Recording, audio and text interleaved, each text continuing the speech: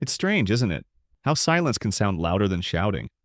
You've been there before, trying to explain, trying to stay calm, only to watch a simple sentence turn into a storm. So now you swallow it. You tell yourself it's not worth it. But deep down, you know it is. You just don't want to lose peace to prove a point. The irony? That silence you think is protecting you. It's quietly hurting you instead. Because unspoken words don't disappear. They echo, replay, and rot in the back of your mind. This isn't about learning to argue better, it's about understanding why your silence feels safer, and what it's really costing you every time you choose it. Chapter 1. When silence becomes armor. You know that moment when your mind whispers, "Say something," but your body freezes like it's standing in front of danger. That's not a weakness. That's survival instinct wearing human skin. For a lot of people, silence wasn't a choice.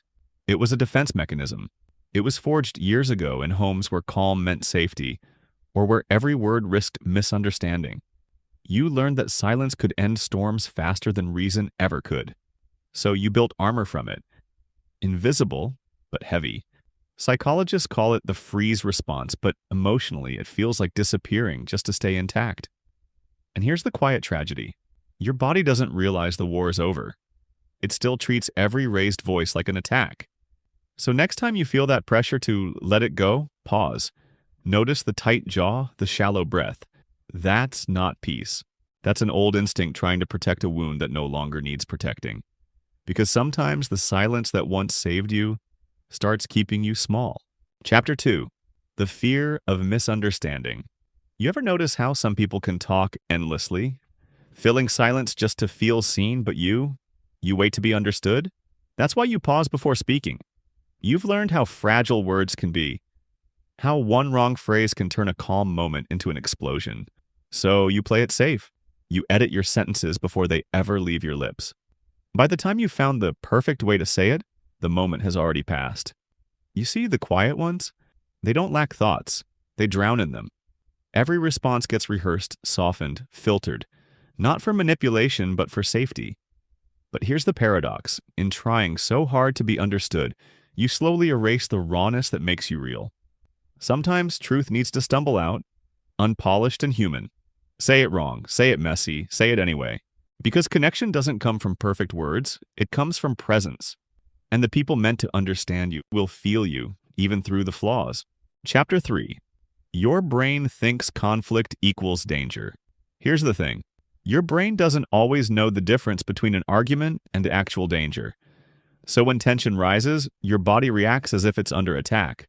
Heart racing, palms sweating, chest tightening. That's not anxiety. That's your nervous system going into survival mode. It's called an amygdala hijack.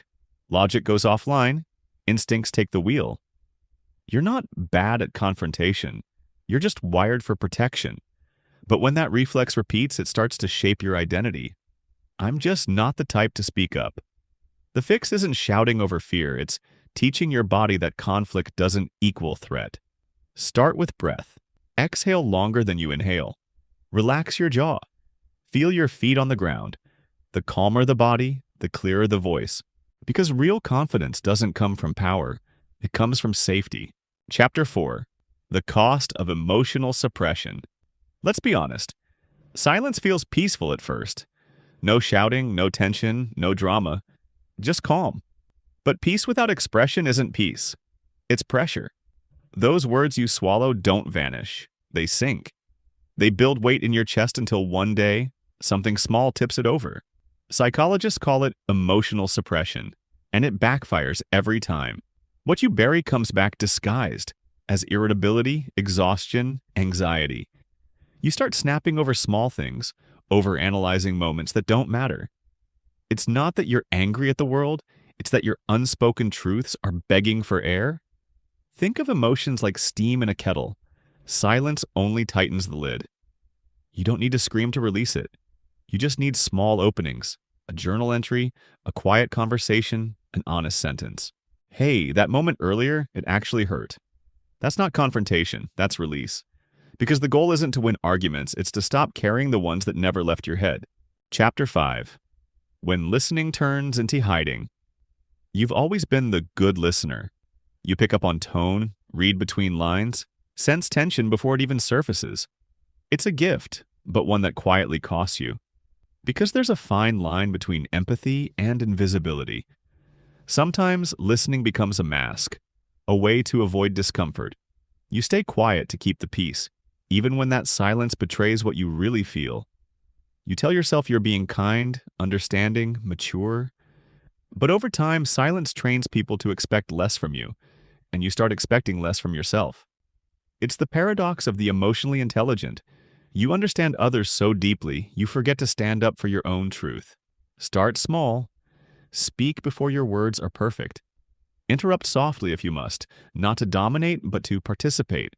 Because real peace isn't about quiet rooms, it's about honest ones. And every time you choose to voice what matters, you remind the world, and your body, that your voice deserves space too. Chapter 6. The Guilt of Speaking Up. Funny thing, even when you finally speak your truth, guilt often follows like a shadow. You replay every word in your head, asking, did I sound harsh? Selfish? Too emotional? But that guilt, it isn't honesty, it's residue. Leftover conditioning from all the times you were praised for being calm, quiet, agreeable. Maybe you were taught that silence meant maturity, that emotion was weakness and politeness was peace. But emotional honesty isn't rebellion. It's responsibility. You can be kind and direct, gentle and truthful, quiet and powerful. So the next time that guilt creeps in, don't silence it. Reinterpret it. It's not a sign you've done something wrong, it's a sign your nervous system is adjusting to a new truth. Your voice matters too. Let discomfort be proof of healing, not a reason to shrink. Because guilt isn't a warning.